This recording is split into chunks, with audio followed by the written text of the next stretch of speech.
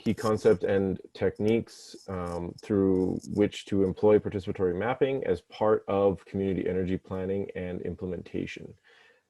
As successful implementation of these community energy plans requires a spatial perspective.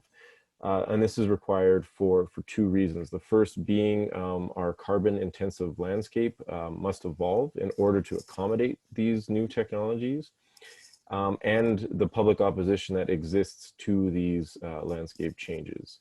So in this presentation, we will show how the participatory mapping process can help decision makers better understand their local opportunities and implications of their community energy plans.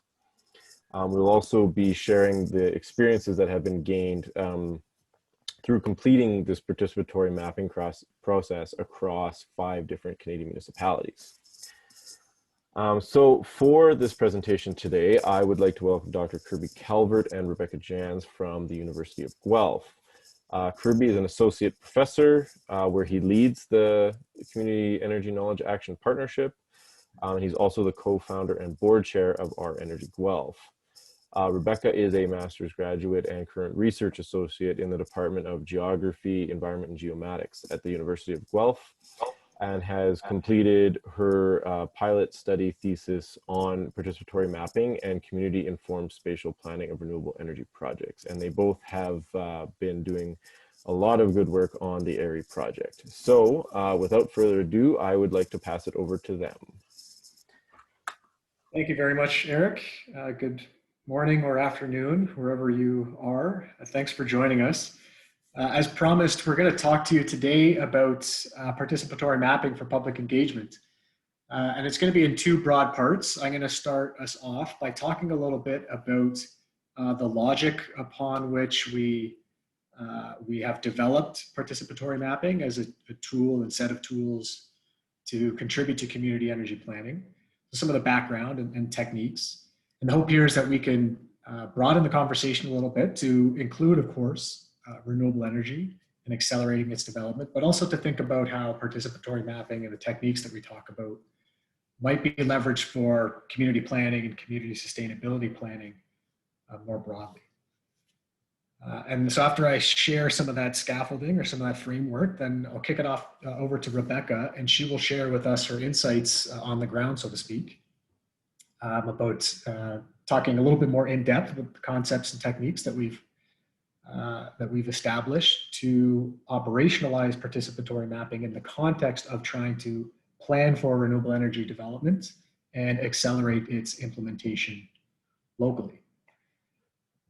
And so why don't we start off with just a very brief background on what participatory mapping is.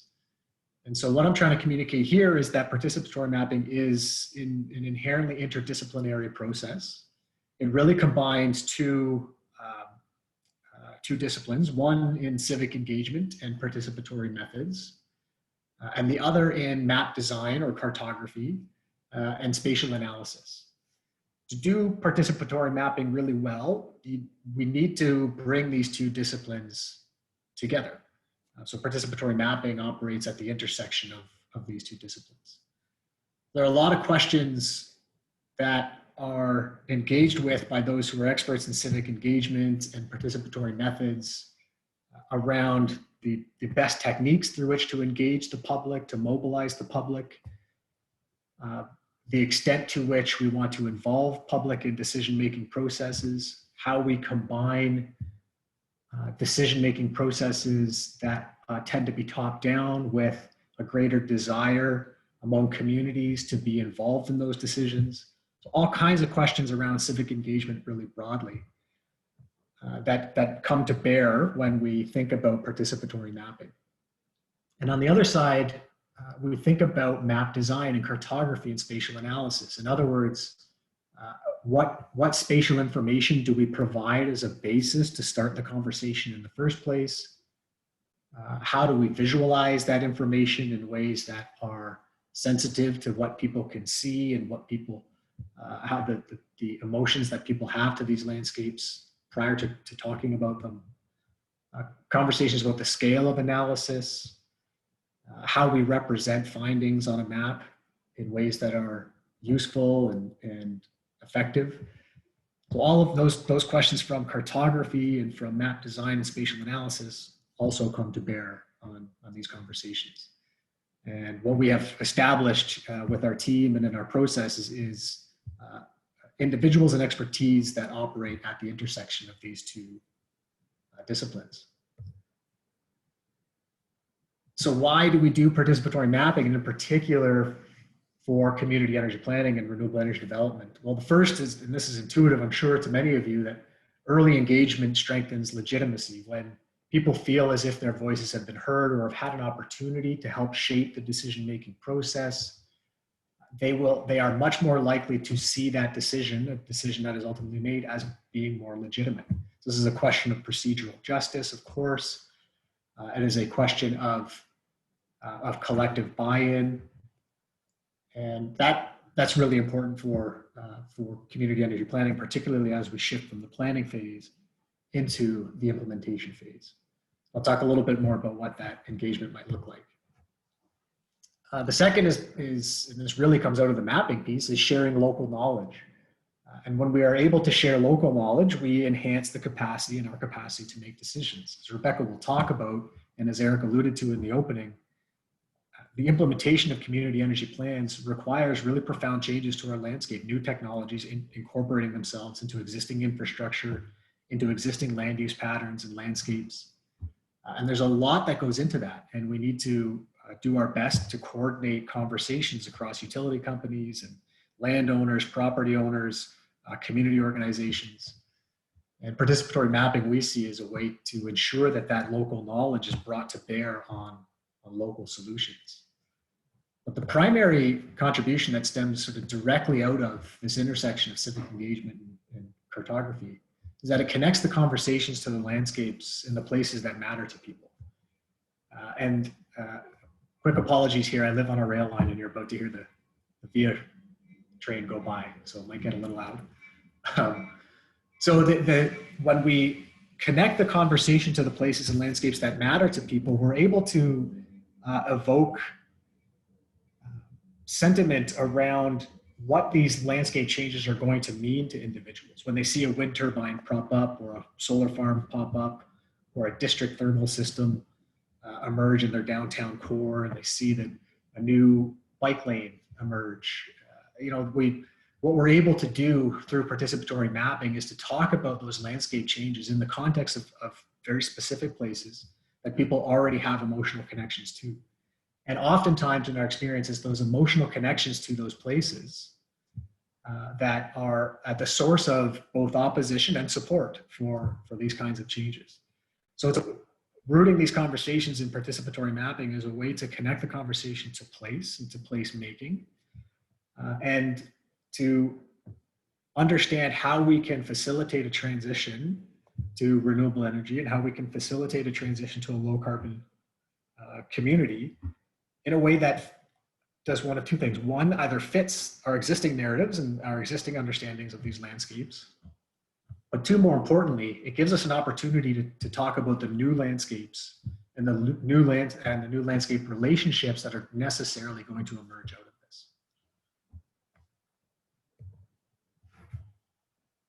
So we feel that there's a really strong logic here. There's a discipline and a set of techniques that we're building on. And the question, as always, is how. And the devil is in the details, of course. And I just wanted to mention a few codependent factors on which those design parameters depend. The first is the purpose. And here I make a note there at the end of this bullet point to think about the International Association of Public Participation, which really asks us to think about purpose before we design any engagement. And the same is true in the case of participatory mapping. What do you hope to get out of the exercise, and what promise are you making to those who participate? We always start with that question in any workflow that we design. Tied to that is a question around timing. Are we thinking about strategic planning, high-level goals and visions and narratives? Are we talking about implementation planning? Do we have a sense of the pathways and we just need to know the barriers and opportunities? Or are we talking even more specifically about a specific site or site design, a wind farm layout, or a district thermal system, or an energy efficiency project? That is, of course, dependent on scale. So what is the geographic area of interest? And that is codependent with population, who should or who will speak to this geographic area. So we have designed, as Rebecca will talk about, a workflow and series of workflows really that are specific to renewable energy planning and accelerating implementation of renewable energy. But we can certainly also design a participatory mapping workflow that connects to any combination of these factors and connects to any community planning or community sustainability planning exercise.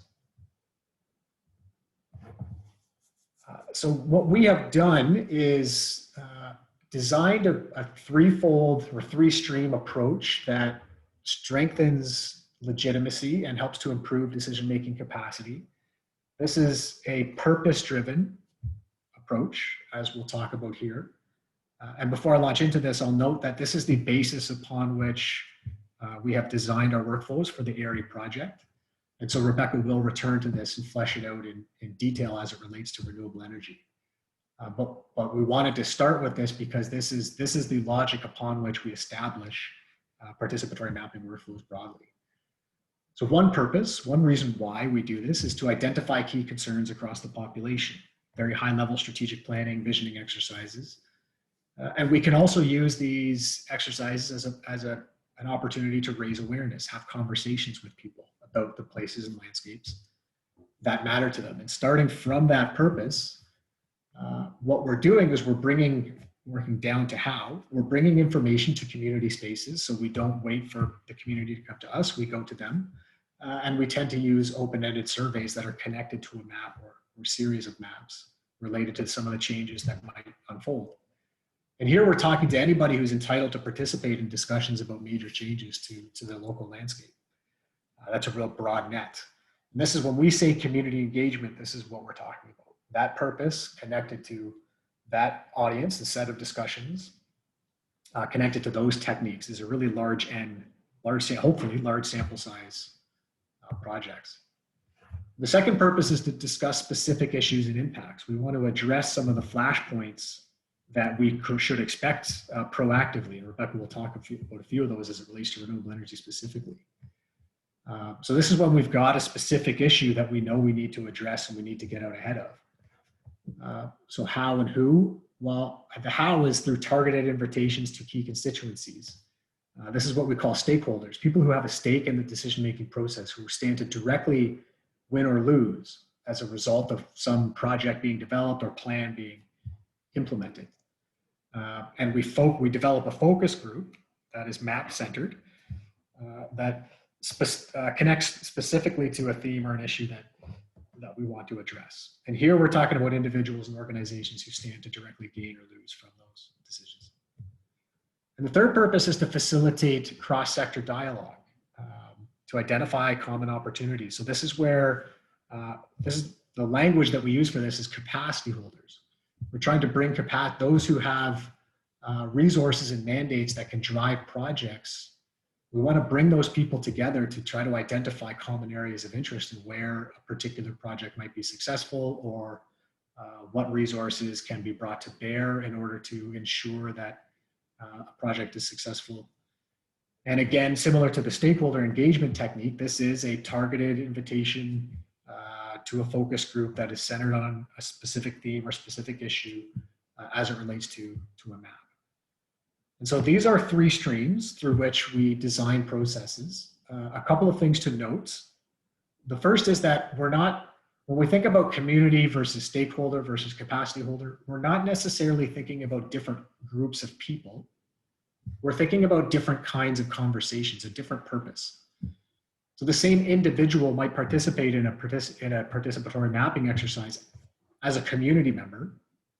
That same individual might also be wearing their hat later on or in a different project as a capacity holder. And so it's not necessarily that they're different people, it's that the conversations we have and what we want to get out of that conversations look very different. The second thing to say is that in all of these cases, the why factor that I was describing earlier holds. So ensuring legitimacy, ensuring that the decision-making process is more effective by being collaborative, and ensuring that these conversations are connected to the landscapes and places that really matter to people.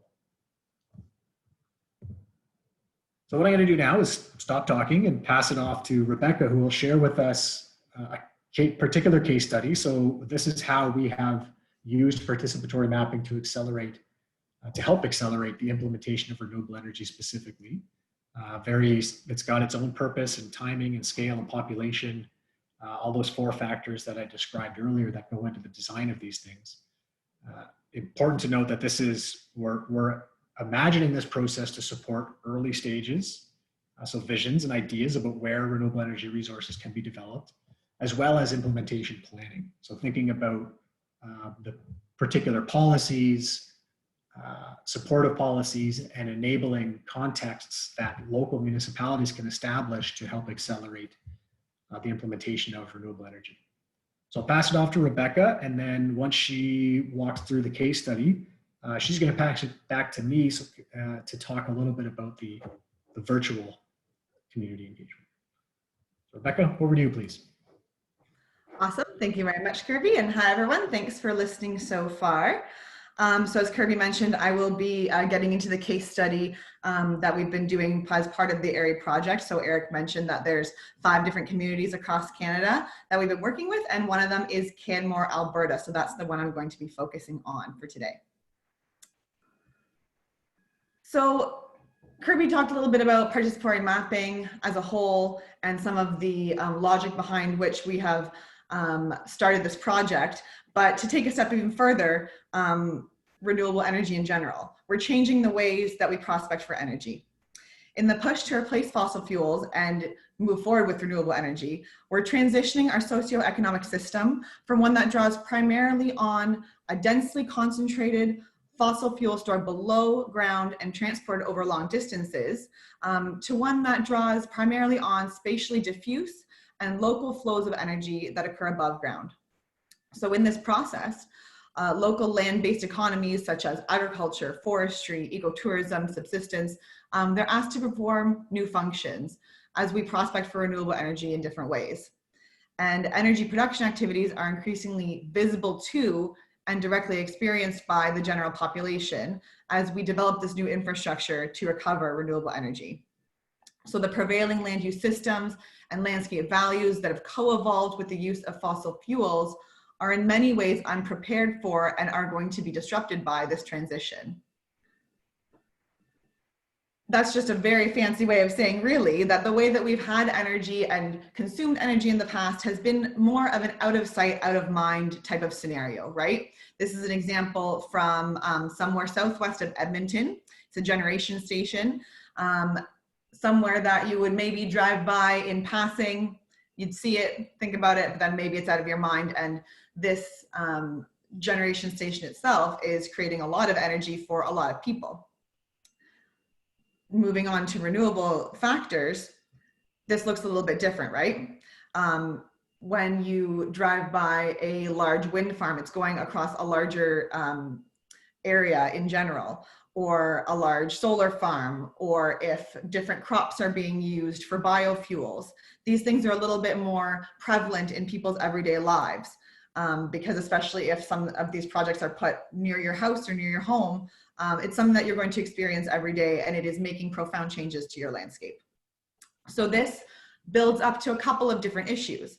There's the social or political issue of landscape aesthetics and the need for communities to be included in the decision-making process, as we mentioned. This inclusive process, as we know, we've learned it leads to more a better decision-making, and it's more likely to be supported by the community as opposed to just kind of coming out of nowhere with these different projects and ideas without consulting people first.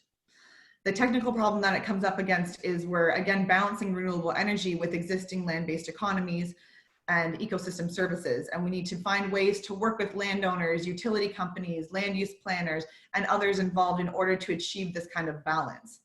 So that's all to say that the framework that we have moving forward is trying to leverage the participatory mapping that we described in order to solve these problems, or at least start to solve them. So As Kirby, I believe, mentioned earlier, there's kind of two phases to this project. So the first phase is much more technical mapping. So we want to inform the conversation that we're having when conducting participatory mapping with the technical side. So in this case, we could do an entire presentation on this, frankly, but since this is about participatory mapping, if you have any questions about it, please feel free to reach out to us afterwards or in the question period. But essentially, it is filtering out the technical and regulatory constraints and assessing the relative economic viability of the different areas in the study area that would be viable for a certain type of renewable energy project. So in this case for Canmore, we were working with the idea of a large solar ground mounted system. So the map that you see here now is the results of what came from our technical mapping. So the relative feasibility in this case, if there's a high feasibility, those are the areas that would be kind of best, quote unquote, best for this kind of project, with the lighter colors being lower feasibility, but still feasible. And then anything within there that is white or kind of grayed out that isn't in that orange color would be somewhere that did not meet the recommendations for where this kind of project could go, essentially. So this was the map that was taken out into the community to do our participatory mapping. So there are three streams to it, as Kirby mentioned already: community engagement, stakeholder engagement, and capacity holder.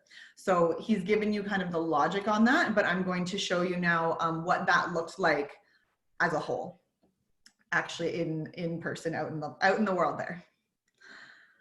So community engagement looks like in-person surveys that I did in Canmore at a space called Elevation Place. It was a recreation/community center that had people coming in for many various reasons, whether it was to go to the gym, the pool, rock wall, there was an art gallery, a library, really nice place.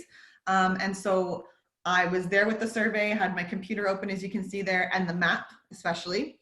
So the survey was a short, about 10-minute online survey that had very general questions about what people thought about renewables in general, and then some more specific questions about, okay, so this is what you think about renewable energy. What do you think about it here, localized in your area? What kinds of projects would you be more supportive of? What kind of projects would you maybe not be as supportive of? And then we turned our attention to the map. So I had them look at the map and tell me what they thought, what areas they thought would be more or less acceptable for a large solar project in their area, based on their own personal experiences of living there and being somewhere that they would experience every day. So responses that you could get could be something along the lines of, oh, I think this is a beautiful view. I wouldn't want it to be quote unquote ruined with a large solar project being in the way. Or it could be, I think this would be a great spot for it because this land used to be a golf course and now it's closed down. It's kind of open, vacant, not really doing anything. This would be a great reuse of that land. And I'd like to note as well that the value, I think, in this project, or this engagement, so we're talking about tackling those social problems about, again, landscape aesthetics, different reasons why people would be accepting more or less of a project, but it also definitely opened the conversation about renewable energy to people that might not always be talking about it, because I can definitely say that some folks that I talked to, this was a subject that it was kind of top of mind for them, whether it was because of their job perhaps, or just a general interest in this kind of burgeoning new technology, or some people, it was completely out of their mind. So it was something that was interesting for them to talk about, and hopefully we were able to kind of learn something and engage and get that to be more top of people's minds. So it's something that people in the community would care about. And so you can see from this map as well that there are definitely some clusters of areas that people were saying, okay, this would be a better spot, and then a lot of people saying, no, I don't think this would be a great spot for a large solar project in the area. The stakeholder mapping is done a little bit differently. So this one is as a 3-hour focus group session. So the stakeholders would have been contacted in advance. And so these are people that are looking at, that might have a little bit more to say on the topic based on maybe what they do or what organizations they are a part of. So this would have been some local business owners, builders, environmental groups, tourism people as well, looking at that kind of thing. So we held a focus group session, as I said, 3 hours. And what this consisted of was, again, the same map was shown, but the nature of the questions and conversation was slightly different. So we did a quick presentation, kind of giving them a lowdown on our process and the logic behind the process in general. And then we had them do 2 different worksheets. So one of those worksheets, as you can see above there, was an individual worksheet. So each participant took it by themselves. They were able to look at that map. They had other information access, whether it was other types of maps they needed to help them inform their decision. But basically they were asked the questions of which orange spaces, which feasible spaces on the map do you think would be more or less acceptable, or opportunity or conflict areas for a larger solar project in Canmore. And so they would have drawn dots, circles, made points on the map saying, okay, I think this would be a good spot because of this answer. I think this would be a bad spot or a point of conflict because of this. And so again, getting a little bit more detailed responses in this case about, okay, this is actually an area that is meant for expansion. And I think that it would be not a good choice for us to put a large solar project there. I think it would be better for housing for whatever reason, just based on their own knowledge of the area. Or this is a sensitive habitat or a nesting site for a certain type of animal. I think that it should be farther away from here for that reason.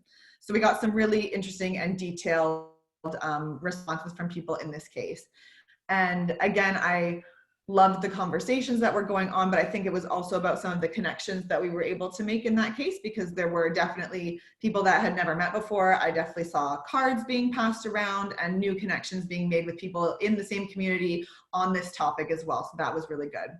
And so the next slide here, you'll see what the results of that looked like. So after they each did an individual map, which we collated those responses, we had everyone in the room group off. So in this case, we had about 20 people. So we did 2 groups of 10, and we had them work together to try and come to some sort of consensus. So a little bit of sharing in that case. Okay, this is what I put on my individual map, and this is why. And what did you put? And then they kind of had to, the challenge was for them to come to some sort of planning consensus of, okay, if we have to all agree on something, what can we agree on? Where are our green spaces here?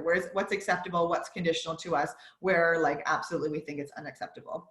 And so this again is where some really good conversations were had, connections made, that sort of thing. And so Kirby did mention the capacity holder engagement. With those first 2 that I described, the community and the stakeholder, you're getting some really great information, especially on the, as we said, the social side, from people who know the area really well and are maybe experts in other fields, but they don't necessarily have the actual power to be able to make some of these renewable energy development decisions in their area. They're not the planner making the bylaw or whatever it may be. They're not the utility that's setting the price of these different things. So their information is useful in one way, but the capacity holder engagement is useful in a different way as well. So this is where we would run the focus group very similarly to how we do the stakeholder engagement. So with the individual worksheet, the group worksheet, but then we bring, in this case, we bring municipal staff, utilities, builders, that kind of thing into the room to have the conversation about renewable energy on a bit of a more technical level. So we haven't done this yet for this project, but it's TBD. And we're really excited to see what the results of that will be as well. And all of that will be kind of wrapped up into the final AIRE reports that we deliver to the municipalities that are involved. So I kind of touched on this already. What does it all mean? We're aiming to issue both social and technical, at least in some ways, with this project. So looking at these maps, we have a lot of information about the social side of things, the landscape aesthetics, why the landscapes matter to people, what specific ones might matter, more than others for different reasons. And then this, in addition to the conversations that we're going to have with capacity holders, the municipal leaders, is going to help us answer some of those technical questions that phase 1 also touches on as well. So in the end of the day here, we can take these collaborative maps and integrate them into the local technical mapping to produce really important insights for policymakers and planners as they prepare to facilitate conditions. So, however, as we know, COVID-19 has changed a lot of our lives in different ways. And so what it's changed about this project is forcing us to move some of this stuff online, because I don't think it would be a great idea for me to go into a recreation center and ask people to touch my computer all day. So Kirby's going to finish us off here with how we've made that change and what we've done to try and make this work in our own way. Yeah, thank you, Rebecca. And certainly COVID has changed how this project can operate and how we do public engagement broadly. So the question for us, as this all took shape, we were really right in the middle of our community and stakeholder engagement process. And so we needed to pivot very quickly to an engagement process that can operate in the context of social distancing. And so we went with virtual online participatory mapping. And what I'm showing on the screen here is an example of the platform and website that we have developed in the regional municipality of Waterloo. And so we were fortunate enough to be able to get through the Canmore projects with the in-person bits, but not so with Waterloo. We had to go online for both the community and the stakeholder engagement. And so we've developed this tool that puts our outputs from phase one, the technical mapping, into an online mapping platform, and provides the user with some information about how that map was generated, some of the information that we would have been able to provide in person, that Rebecca would have been communicating in person. We put that here and linked to some more details, provided some instructions on how we would like them to contribute to this map. So what the map is showing here is are the areas that are deemed to be sort of technically feasible based on lowest estimated capital cost of development. So the dark red here, or the burgundy, are the most viable, attractive sites, so to speak, from a technical perspective only. And so we give the user some instructions on how to contribute to this map. And so what they are able to do is zoom in, zoom out, turn on some satellite imagery. Let's just close this stuff down to get a sense of the kinds of landscapes that we're talking about here. And they're able to, if they live in this area, or if they are the landowner themselves, they can say something about this particular area. So they can draw their polygon. Whoops, I gotta click the last point. And then let us know if this is an acceptable location in their opinion, not acceptable in their opinion, or conditional, that is acceptable only under certain conditions. And most importantly, we get them to write a description. So what is it about this landscape or this particular location that you support or that you object to? And so what we've done is basically a marketing campaign, a blitz, to sort of get the URL to this out to as many community members as possible, in hopes that they will provide some information. I'm sure you're all picking up on the sort of costs and benefits of this. The costs, of course, are that we aren't there in person having in-depth conversations with the community. We're not meeting them in their place of business or their community spaces. We're not able to have face-to-face, really positive, productive dialogue around renewable energy generation broadly. We're not able to correct any misperceptions that might be out there or answer any questions. So those are costs. I mean, we could put all that information here in text, but too long didn't read, right? I mean, they're not gonna read that all. It's better to, in my opinion, it's better to have that in those kinds of conversations in person. But the benefits, is maybe you're picking up on, is that we can reach a different audience potentially. The reason that we go to different community centers, we bring these maps and the conversation to community centers, is so that we can, and we go to different places throughout the communities, so that we can meet different segments of the population, people who work shift work versus the typical 9 to 5, the kind of people who are out and about in the community during the day relative to in the evening. So we try to connect to different patterns spatially and temporally throughout the community. All this provides sort of a one-stop shop, assuming that we can get the URL out to people. But of course, not everyone is technically savvy or owns a computer, has strong internet access. And so there are going to be some costs that we that we need to think about some particular community members that maybe we're not able to reach through this process. The other benefit is as you probably picked up on as I was scrolling through, it's really interactive, much more interactive than any paper map that we can produce. And allows people to turn satellite imagery on or off to see the specific landscapes that we're talking about. Those paper maps that Rebecca was showing you can only go so far. We're getting better at improving those and improving the information around them. But the online map provides a context and a situatedness that really our paper maps could not.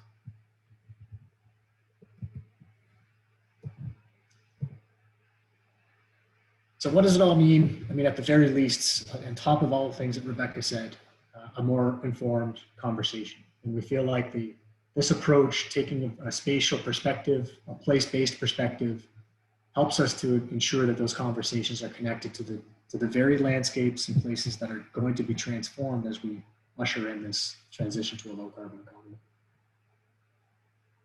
So we just showed you that, and we just wanted to point out some other resources that you may want to access if you want to learn more. But of course, we're happy to answer any questions and follow up as you see fit. That's it from us. Awesome. Thank you very much, both Kirby and Rebecca. Very, very informative, and I think give a really, really good snapshot of what that project process looked like and how it all went. So I would like to open up to any questions, either in the Q&A box or in the chat box, if you have any. Obviously, if you think of it later or you'd want to ask in a different setting, you're absolutely free to follow up with either myself or with Kirby or Rebecca. So I'll give people a few minutes to type in if we have any. While we are waiting for that, I would just like to remind everybody, this is part 1 of a 4-part series, this webinar series. And while this one gives a really, really good introductory look at how to utilize that participatory mapping as a tool, our part 2, which will take place on October 21st, which is also, you can register via the same landing page as you did for this one, will be around what the role is for the municipality in the process of renewable energy implementation.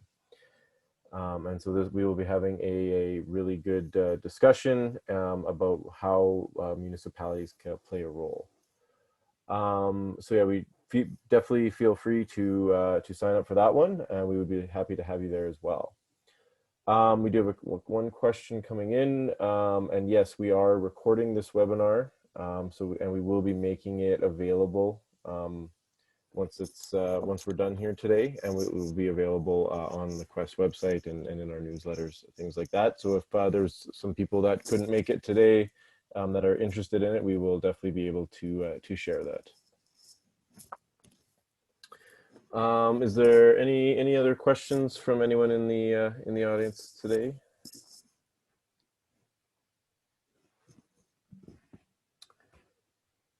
Okay, well, if there isn't any, I would just like to thank Rebecca and Kirby again for their presentation today. That was excellent, very informative.